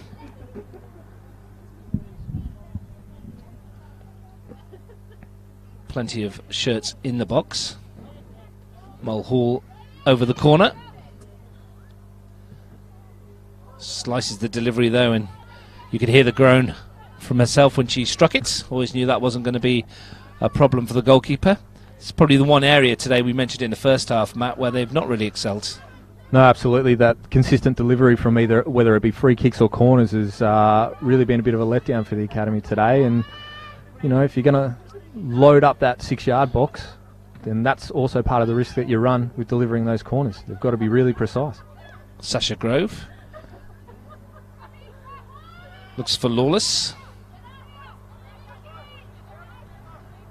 Roden back to Lawless again. Annie Grove sends it forward, but it's picked off by Dawson. Guo. Grove wins it back again. Molly Lawless has been strong in that midfield role, hasn't she, today? And they've get the feeling she's going to be an integral part of this side as the season progresses. Yeah, absolutely. She's someone who's been in the system for a while now. She's one of the older players, really needs to become a leader. She was disappointed with her performance last week, and this week she's really been that anchor, and you can even see now creating that balance in the middle of the park and trying to help direct others around. As Roden goes dancing through a couple of challenges and still going, and couldn't quite get the shot away in the end, the youngster, but did very well to get through 2 or 3 blue-shirted challenges before the shot. Lacked any power, more of a toe poke than anything. A futsal finish, if you like. Absolutely, and maybe symptomatic that we're fresh off the back of the futsal season, but certainly great 1v1 skill shown by Meg Roden there. And that's something that's going to continue to be a problem for Olympic. We mentioned tired legs early. Well, they're giving it away again here, and here's Taylor Young bearing down on goal, looking for number 4, and she gets it. The mistake from the back allowed Taylor Young the opportunity, and she didn't spurn that. That's 2 for the forward and 4 for the academy. Well taken there by Hayley Taylor-Young. She positioned herself well for the outlet ball and really took that away. If that ball was going to be played, it had to go well and truly over the top, and it was halfway up, halfway down, and at the end of the day, she's come through and with great composure slotted it home, getting herself a double. With half an hour still to play, you perhaps begin to fear for Olympic a little bit. 4-0 down at home. Yeah, you do. You start to wonder as a coach what can happen next, but I think it'll really give an insight into the mentality of the players that they've got this year. So at 4-0 down, do you go away or do you continue to push on and develop your style of play and your football and start to see what happens through there? Here come the academy again. It's Jensen. She's got away from her marker. Sasha Groves coming into the middle. It's deflected and it's gone into the net, but it won't count. Ball was already out of play. Fortunately for Emily Spiteri. Yeah, and just on Canberra Olympic, I mean, it's their first proper hit out of the year, first competitive one. Tough so far with half an hour to play, but there's still so much you can get out of it. There's still an opportunity here for them to develop and grow and really signal what they're capable of going forward for the rest of the year. Still got time to find a way back into it if they can. Ball forward towards Skinner. Grove, who's been imperious at the back today. Roden. Legends. Mulhall. So the 1-2 with Lawless, and Berry was across to win the ball. And you can just see it's getting harder and harder for Olympic to get closer and closer to that academy player receiving the ball. And the more time they get, the easier the game starts to be. Good ball forward from Lawless. Roden's found a ball in the channel for Mulhall. Growing in confidence, the academy players. And you can see there Mulhall tries a little trick, doesn't come off, but why not? Well, that's right. Nothing wrong with a bit of creative football. You know, it doesn't come off this time, but does it come off next time? And it certainly gives the defender something else to think about the next time they're there. That one's sent clear, but it's going to be picked up easily by Grove. Bundle of energy. Jensen's touch. Taylor Young on a hat-trick. Looks to take on Dawson. And Dawson recovers well. Looked for a moment that she'd got away. Yeah, great defensive recovery from Dawson. And again, we're seeing where Taylor Young's had the opportunity. She scored a couple of goals, but yet in those one-on-one situations, she still hasn't quite worked out how to deal with Dawson yet. It's still very much down the line. And it's time for her to dig into the bag of tricks and find something else. When you've got bags of pace, it is quite your go-to, doesn't it? Just to knock it and run. But when you've got a player that's equally as quick, you need to find something else. She has found something else, to be fair. 2 goals. So can't really quibble. Opportunity to deliver this corner as well. In towards Lawless. Hits Woodward. Might come straight back. Grove gets a touch. Bounces around the edge of the penalty area again, and Olympic dodge one. And Skinner does well to hold this up. Leginzo defensively has been sound. Just a little bit extra strength though from Skinner, who does well to win her side a free kick. It was well done by Skinner there. She's picked that ball up and she's in a battle straight away. And they go quickly, and a chance for Jones to find Skinner. Jones has it back. Good ball in towards Guo, but it's knocked clear by Nikias. And picked up, and a break on here for Canberra Academy with Sasha Grove, and she's found Mulhall. Hills arriving in the middle. Needs to be timed well, this by Dylan. It is. Concedes another corner, but the transition's very quick from Canberra United Academy every time, Matt. Yeah, absolutely. Again, they're showing their wares there. Good width there from Izzy Mulhall and looking to get that ball in, and part of that future development there is possibly can Jenny Hill get in front of that defender as opposed to starting to attack it and wait for the ball to come to the back post. But just on Skinner before, she's looked the most likely, and a good battle with Legends there, which if they can feed Skinner the ball a little bit more and get her in higher areas, it'll be really positive going forward for Olympic. Mulhall's lining up another corner. Chance to swing this one into the danger area again. Looking to add to their tally. Decent ball in again, but it's just floated away. And something to work on during the week. We talked about the away sides doing well, and there's more goals. Tuggeranong United 0, Gungahlin United 5 now down at Canberra. A statement there from Gungahlin to go with a 7-0 win the Canberra FC had. They're closing in on that. There's still plenty of time left in that game as well. Over half an hour to go, as there is here, with the Academy 4-0 up. In the Men's Premier League in Nijong, it's got a bit ugly for Tuggeranong United. They now trail Tigers FC 3-0. Mitch Stevens' team. Not the ideal start to them for the season. A bit of an unhappy day all round for Tuggeranong at the moment, but a really good first sign from GUFC in their first head out for the year in the Women's Premier League. Yeah, both the men's and women's Tuggeranong teams getting a bit of a touch-up at the moment. Tigers FC men's team, of course, coming off the back of their 3-week trip to Argentina. Should be well built for this stage of the season. Yeah, absolutely. A 3-week tour of Argentina. Certainly would have created a really good opportunity for the Tigers leading into the year. Very unique preparation. Preparation for Canberra United Academy, including matches against Manly, which they lost 2-0, Balconnen United, which they lost 7-0. But they had some good results against the boys' teams. They beat the Tigers NPL 14 side, and a couple of wins over Radford at under 16 and the combination of their 14s and 15s. So good tests against the boys' teams, and when you consider this is a very young side as well, to knock over the Tigers NPL 14s is no mean feat. No, absolutely not. And I think that speaks volumes as those games go through. Their first game against Manly United, and they've started to build and grow from there. Groves tried the shot, but it comes out for Taylor Young, and she doesn't mind one from distance.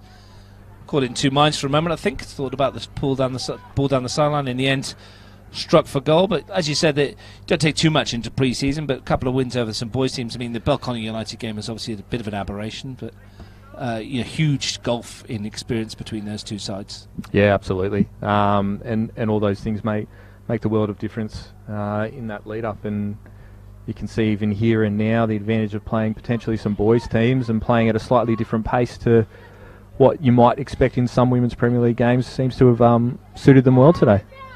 Yeah, the interesting thing is that you usually find that the girls' teams play the boys' teams, that the girls' teams have more in terms of age. But there's nothing in the age in those two teams, is there? And it's interesting to see that the Academy came out on top in that one. But they're defending here, and here's Jones, but the flag goes up. Yeah, flag goes up for offside there, but what would be pleasing for Woodman there is that ball came forward and there was numbers around at that high point of the area. You had Jones a little bit wider there, who obviously drifted offside, but that's a positive sign, and that's a good indication for Woodman there on the bench that Olympic are willing to battle through to the end. MPL 2 latest score, it's still ANU 0, White Eagles 1. White Eagles, I've installed them as favourites for that division this year, and for next season, of course, if they do win it next year, there'll be promotion to the Premier League for that team. No promotion this year, but relegation, which will make it interesting for the clubs at the bottom. Here's Roden. I mean, I've tipped them for the championship, so they'll probably finish about 6th. Look, that relegation aspect, and then when it goes to promotion relegation, certainly adds a really good level of intrigue throughout the whole year. And as you drift further and further back, especially when you look at the relegation aspect this year, and some surprising results in the Men's Premier League, it'll be interesting. In what's a short season, you don't really have a lot of time to make up a lot of ground. Ball in towards Spiteri, and that's very much in the case for Gungahlin United, who were docked 6 points yesterday. If you hadn't heard that news, they'll start the men's MPL season on -6 due to not being able to make repayments on cash that's owned. So with Woden Western winning yesterday and the Panthers winning as well, it's a long way back for Marcel Munoz and his team, and plenty of sides will be looking around and going, well, defeats for Canberra FC and Balconnen on the opening weekend in the men's makes it nice and interesting. And same goes for here. We were talking just moments ago about the top 4 and the makeup of it, and Gungahlin United are certainly putting down their statement of intent down at Canberra, and the same can be said here for the Academy for their position. Yeah, absolutely. You can't argue with the statement that Gungahlin are making today in their first possible opportunity.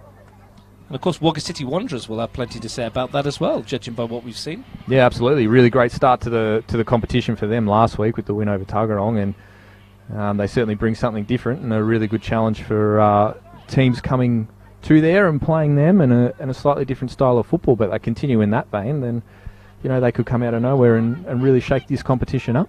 And you just don't know what you're going to get, do you? Because Woden Western, beaten 7-0 yesterday, beat this academy team 2-1. Who knows? Plenty of times to get, plenty of games to go, of course, and lots of talking points between now and the end of the season. Here's Lawless, might line one up from distance here, does try our luck, but lack the power. Starting to get a little bit scrappy there with the execution of passes from both teams, and it's early in the season, so maybe fatigue starts to become a little bit of a factor. But what you'd be looking for, I think, from an academy point of view, is a really crisp finish and some solid decision making, and for Olympic, just trying to build on those attacking opportunities that they've had and starting to squeeze that central area of defence too. 20 minutes to play here at O'Connor, live on Bar TV Sports. Here's Taylor Young bursting into the penalty area, looking for a hat-trick and getting a hat-trick with a thumping finish at the near post. Looked calm and composed when she got in and lashes one past San Francesco to make it 5-0. Probably been the biggest statement finish of the day today. She's really powered that one in, and that's probably the first time in a 1v1 battle that Lily Dawson hasn't really been close enough in a defensive aspect to affect Hayley Taylor Young. And with that little bit of extra room, she's really made Canberra Olympic pay. And 3 goals there is a big confidence booster going forward for the rest of the campaign. Talks about the goals they're missing from last season with Colville with her 45. If Taylor Young and Grove continue at this scoring rate, they'll have plenty to their name by the end of the season. Yeah, people will not start to worry about the names like Koval and Hughes and Ross Barkin, who have all moved on. They'll start to really zero in and hone on on people like Taylor Young and Grove. And we said early in the match that this gave them a really opportunity through the academy graduation process, and a couple of players are really taking advantage of it today. Yeah, Eva Colville and Sarah Morgan have both moved to Sydney University to play their football as the flag goes up for offsides. The referee hasn't seen it yet, but he will pull us back. As I mentioned, Colville and Morgan have gone to Sydney University. Kylie Rosbacken is now part of the future Matilda squad. We're expecting to see a lot more of her at international level. And Laura Hughes is playing for the Monaro Panthers boys under-18 team, and I understand she scored 2 goals in 2 games so far for that. So different test for her. Absolutely different test for her. Physically a little bit different. Pace of game, brilliant. But on the back of what I think was a good W League campaign for her, I think she really had a really good impact in all the games that she played and always had an effect. 2 goals in 2 games really shows the kind of player that she is. Here's Woodward bringing it forward for Olympic. Guo's pulled wide. Good ball in. That's easy for Davey. And she'll fling it out towards Mulhall. Beaten to it by Jameson. Woodwards. Switch from Jones to this near side to Jameson again. Now, can she deliver something into the penalty area? It's not a bad ball in. Finch was there. And that's an interesting touch to bring it away from Sasha Grove. Killed it. Unfortunately, gives it away to Crimmins, who's come on. Avine Crimmins. Chases on for Taylor Young again. She's got in behind. Hill's the only one in the middle at the moment. Taylor Young might go herself. Fires a shot in, and why not? Already got 3. Clips it to the back post towards Mulhall. Lovely touch. Will she try the shot? Pulled it back instead. The move slightly lost its momentum. Lawless looks to give it a bit more. Taylor Young cuts inside again. We saw her shoot from here a moment ago, and she fizzes one in. And San Francesco fumbled it onto the top bar. It should be a corner, to be honest. Well, we've just seen referee's not seen that, has he? No, not quite, but we've just seen there. We spoke about it earlier. Hayley Taylor Young running down the line, and twice in a couple of minutes she's cut back inside and created really good opportunities for herself against Dawson, and it's given us something else to think about. Lawless through the middle, looks for Grove. Yeah, that definitely came off the top bar, didn't it? It wasn't just my eyes. No, definitely. I've got you back there, Russ. It was definitely a bouncer between bottom and top. But yeah, not picked up by the referee. But plenty of other people have made mistakes today, including myself. So yeah. This stage, I'm not sure it really matters at 5-0 with 15 minutes plus a couple of minutes to go. It's been a academy performance that's been very good. Yeah. Didn't see Crimmins sneak on when the 5th goal went in. No. Not sure who she's replaced, but we'll bring that to you in a minute. Chance here for Grove to dance through. Finds for Roden. Steps away. Roden into the area and trying to force the ball through, I think, for Taylor Young, who hadn't made a run. It's a corner. Yeah, again, Meg Roden showing some good technique and some good skill there to beat a couple of players. Not quite on the same page as Taylor Young there, but again, creating a little bit of havoc. And Canberra United Academy here will really be looking to finish this game in a strong way and continue their structure and build around the play. Laura Berry was replaced by Crimmins as this corner swung in towards the far post. Nice touch from Woodward to bring it away. Mulhall steps in field. Roden gets a second bite of the cherry off of Jones. Jensen, outrageous back heel, concedes the corner. Laura Berry had some nice touches in the middle of the park there for Olympic, didn't she? If they can get her on the ball more often, she might be able to create something going forwards in future. Yeah, absolutely. Laura Berry certainly showed her wares and what she can certainly bring to the table. She created a few little nice balls in behind early on to Skinner and almost created a couple of opportunities there. But if she's someone who can get on the ball a little bit more and use her array of passing, I think Olympic are going to trouble a lot of teams. Well, they're defending again here. 10th corner for the Academy. That one looks a bit better than the others. Fizzed across the box again. Finds Mulhall. Roden, bit of a lazy swing at it, and it spun like a Shane Warne leg break for a moment. Off the turf. Thankfully for San Francesco, it didn't spin past it like a Mike Gadding, and I wonder what had happened. It's almost the same angle, wasn't it? Yeah. 90 degrees spin on it. It's a nice turn from Mulhall. Bringing out the tricks in the second half, looking to take on Jameson. Sticks to her well, the defender. Mulhall is going to find Taylor Young, and that's a lovely ball in towards Grove. On for her hat-trick, and she gets one as well. Finishes with aplomb. Lovely ball from Taylor Young. Great finish from Grove. 3 apiece for the two up front, 6 for the Academy. Yeah, lovely goal there, starting there with Izzy Mulhall, who's taken that game 1v1 and really taken the game on and started to create an opportunity. You mentioned that she's pulling a few tricks out and created enough separation to get that ball inside, and smart and composed play from Hayley Taylor Young, not to just play and take that shot, but to find Sasha unmarked on the far post there. And Jenny Hill's just come off too, it looks like. Sub the sub. Did you see who came on? I think Bianca Kimpton's come on there, so she'll slot potentially into the middle of the park with Sasha Grove moving back up front just to confuse you and I, Russ, and make life a little bit more difficult. I guess Jenny Hill did play in the game before this as well, so she's had a fair few minutes today. Yeah, absolutely. It's not unusual in the women's football to see that, is it? The sub being sub, because they've had plenty of football. Here's a chance for another goal as striding forwards was Taylor Young, denied by a decent save from San Francesco. San Francesco again there, out well and sticking that big leg out. She's certainly been a presence on occasions today. Nothing subtle about that. Free kick for the Academy. Guo a little bit frustrated there, and that's a welcome to the game for Bianca Kington. Yeah, absolutely. So Bianca now knows what she's in for, and it'll be interesting to see how she bounces back from that.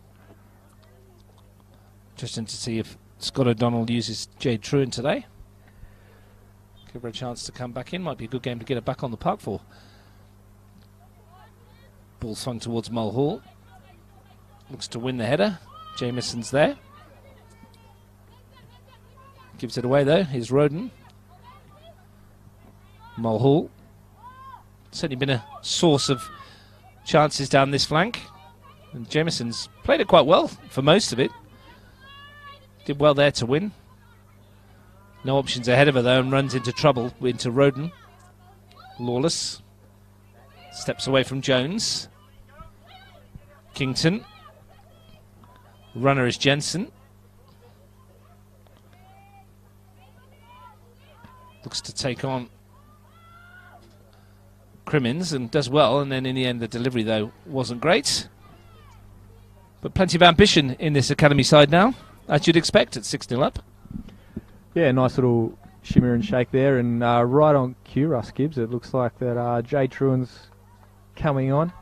Russ with his inside information, and Jade Truan coming back from an ACL injury last year, replacing Demi Nikias. So this will be a good time for Jade, and no doubt a little bit of nerves as she walks on.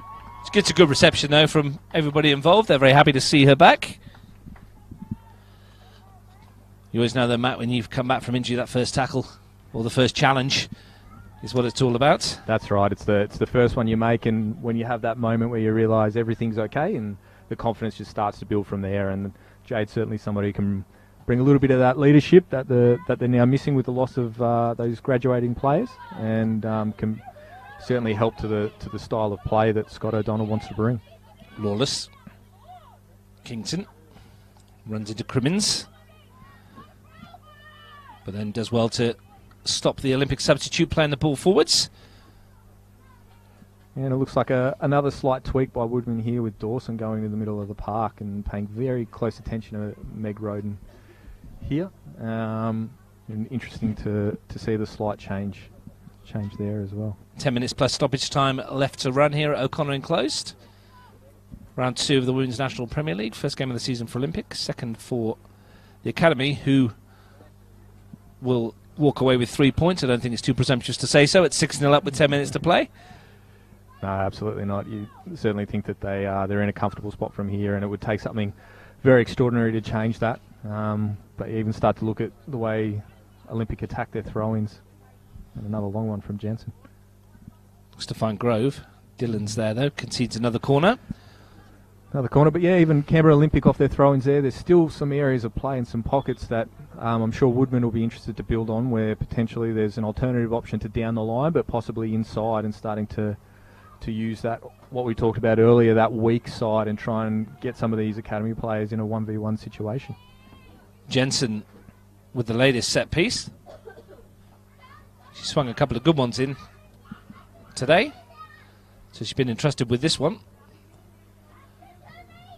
It's another decent one. It's going to drop inside that 6-yard box again. No one in a grey shirt attacking it. Mulhall wins it back from Skinner. Looks to swing it in. Chance here for Grove, and it's run all the way across the face of goal. Jensen's arriving. Still there, Jensen. Here's a chance, and it's been scuffed wide in the end from Taylor Young, who has had 3 and possibly could have had 6. Yeah, well played there by Jensen. Could have easily taken the shot, but was clever enough to get her head up and see Taylor Young in front of goals. And you'd think with her last few shots that she would have buried that, but that'll be disappointed. And you're right, 6 or 7, and you're rocketing to the top of the leaderboard. Tell you, if you're Gungahlin United and you're coming our way this weekend, having won 5-0 away at Tuggeranong, that's the latest score that we had there, and you're thinking, oh, we've done well this weekend. It's probably the best result of the round. And then you find out that the other 2 games are 6-0 and 7-0. Quite incredible, really, when you consider that all 3 away teams are winning comfortably and well. Yeah, absolutely. It's certainly, from a coaching point of view, though, allows the coaches to put that gauntlet down and sort of say, great result so far. As we said, 5-0 as far as we know now, but on the back of what else has happened, there's no way you can take your foot off the pedal. Taylor Young flagged offside. The great thing about Bar TV Sports as well, filming every match, is that you can analyse the opposition, take a look. There's nowhere to hide. Yeah. Good for coaches to be able to send clips or video to their team and say, check out 7 minutes in or whatever it might be, and work on things both for and against. Yeah, absolutely. Great initiative there to have all the games live streamed through Bar TV, and great for the players, terrible for the sleep patterns of the coaches as they dissect it all, but it certainly provides invaluable information if teams choose to pick it up and use it, which I would encourage them all from a personal point of view to do so. Great for us as well as a commentary team to get out and see more games and see more players. And we're watching Taylor Young here skip away into the penalty area, an opportunity to get another shot away, and another goal for Hayley Taylor Young. She can't stop scoring at the moment. 4 for her, 7 for the Academy, and it is one-way traffic. Again, Hayley Taylor Young in that 1v1 position. Now that Lily Dawson's moved into the centre, the Olympic are really having trouble curtailing her pace and getting an effective tackle involved. And nice and casually with the left foot, just pops it in the top left-hand corner, as easy as you like she's done it every day of the week. But again, Canberra United Academy building and building and building to what is a very impressive total. 7 goals away from home, 7 minutes to play, plus stoppage time. Guo sends it to Woodward. Now I imagine O'Donnell will be champing at the bit to keep a clean sheet. As Guo sends that in. And not to get a little bit too excited and everybody pour forward. Here's Legins. Mulhall. Roden, who's certainly taken the game by the scruff of the neck in the second half, and that's a lovely ball for Mulhall. And Groves made the run ahead, and here they come again. Those in grey, lovely ball into the middle. Here's Taylor Young, and that's another fantastic goal from front to back. Once again, and the Academy are turning on the style. They're 8-0 up. Well, you couldn't ask for much more if you're Scott O'Donnell there. You're just talking about looking to keep a clean sheet, and I was about to make the comment that you want to keep to your structures and the way that you play, and from there we've seen Meg Roden link with Izzy Mulhall, who's played an excellent angle ball through into Sasha Grove, who's been able to find Hayley Taylor-Young at the top of the box with the cutback, and again, nice, calm, collective finish, not trying to do too much, using the weight of that ball that's already given to slot it past the Olympic goalkeeper. 3 for Grove, 5 for Taylor-Young, 8 for the Academy. The front two enjoying a field day. Olympic still Cup though, credit to them. Jones looks for Skinner. She's put in a good shift today in a losing team. Natina Skinner. Yeah, absolutely. Skinner and Spiteri there have probably been the outstanding players for Olympic. You know, Spiteri at the other end. Well, they might not be finished yet. Here's Grove. She gets a touch in. Mulhall's away. Flag stays down. Onside Isabel Mulhall. She's got Taylor Young arriving in the middle. Is this 6 for Taylor Young? It is. A tap in on the far post. Unselfish from Mulhall. A double hat-trick from Hayley Taylor Young. It just keeps building. It's Olympic 0, Academy 9. Well, another brilliant goal of football.